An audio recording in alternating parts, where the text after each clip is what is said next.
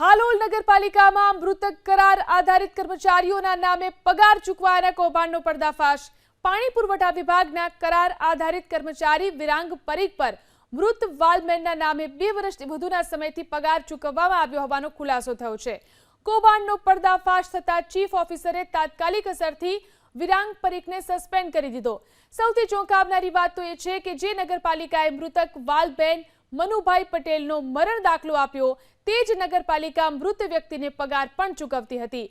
વાલમેન મનુભાઈ પટેલનું 28મી જાન્યુઆરી 2023ના રોજ મૃત્યુ નિપજ્યું હતું।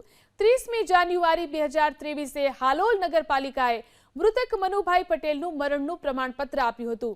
2 વર્ષથી વધુના સમય સુધી માસિક 4000 લેખે 94000નો પગાર પણ પાલિકા હતી।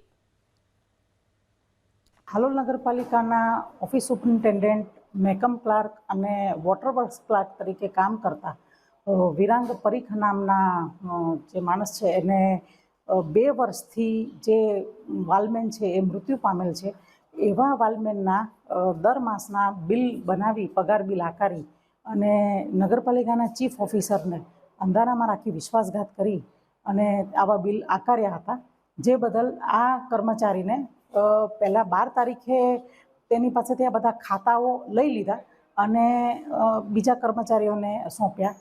તો તેમને થોડી રાજકીય દબાણ લાવી અને એ ઓર્ડર જે છે સ્થગિત કરાવ્યો, પરંતુ પછી તેમની આ જે ગેરરીતિ છે એટલે મૃતકનું મરણ સર્ટિફિકેટ અમારા ધ્યાને આવતા તારીખ 14/5/2025ના રોજ તેમને તાત્કાલિક અસરથી ફરજ મુક્ત કરી દેવામાં આવ્યા છે।